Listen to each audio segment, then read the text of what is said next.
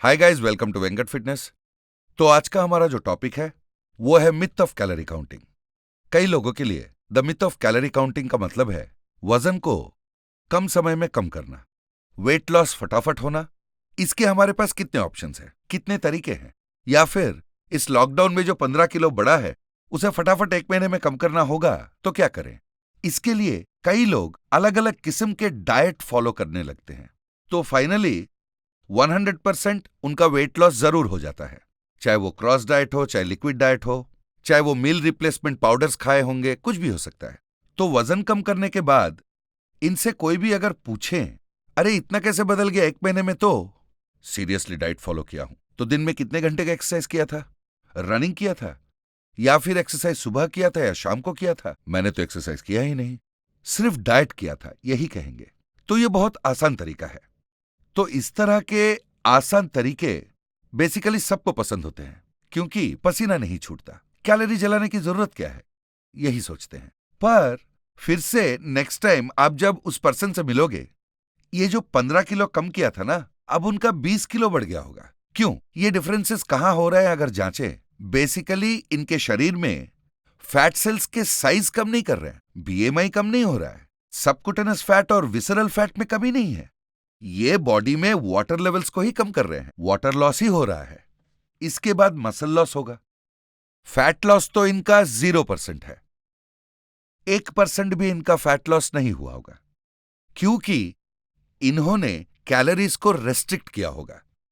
कम नहीं किया है, रेस्ट्रिक्ट किया है, यानी कि सारा दिन भूखे पेट रहे हैं। कुछ लोगों को पूछो तो उनका डाइट जो है डिफरेंट होता है। हमारे डाइटिशियन सर या हमने ऑनलाइन में देखा है, तो मैंने ये डाइट फॉलो किया। सुबह एक लाइम जूस, दोपहर को एक और लाइम जूस और रात को एक ऑरेंज जूस।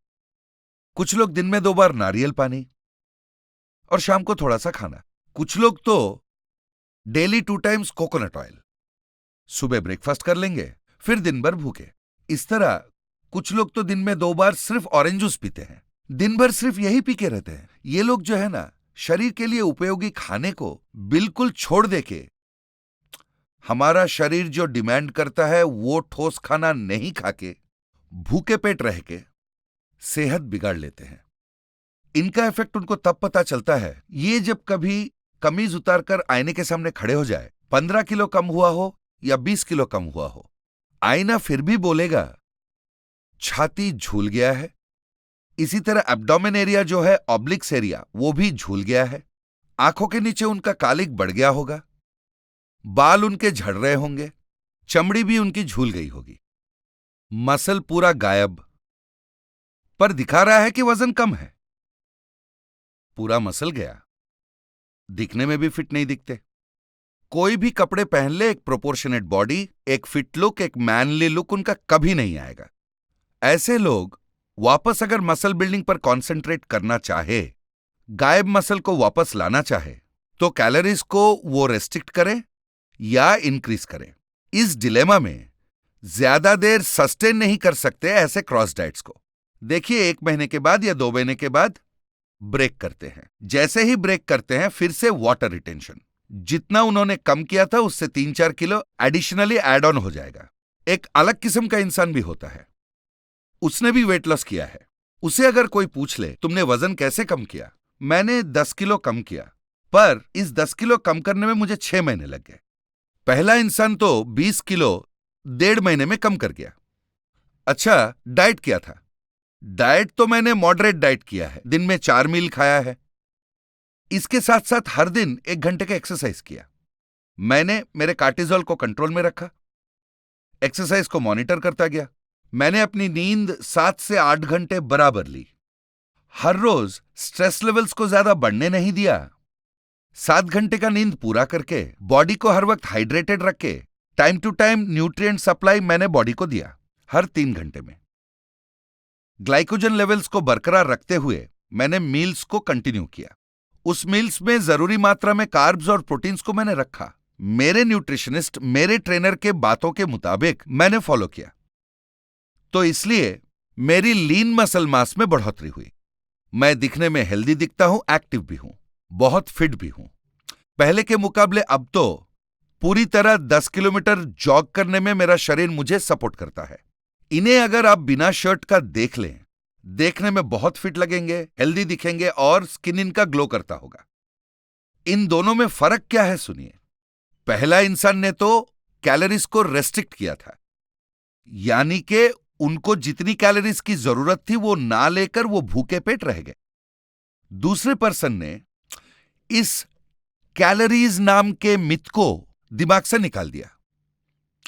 ये जो फ्री कैलोरीज वाले डाइट थे उसने इन्हें नहीं लिया। कंपलसरी कैलोरी युक्त खाना खाना चाहिए, लेकिन क्वालिटी फूड हो, भरपूर न्यूट्रिएंट्स हो, उसमें हमारे खाने में क्वालिटी हो, वो भी प्रॉपर न्यूट्रिएंट्स युक्त होना चाहिए। बहुत ज्यादा नहीं खाना चाहिए। हमारे खाने में कार्ब्स को मैनेज करना चाहिए। कार्ब्स को मॉडरेट कीजिए, उन्हें रेस्ट्रिक्ट मत कीजिए, कार्ब्स को पूरी तरह बंद मत कीजिए।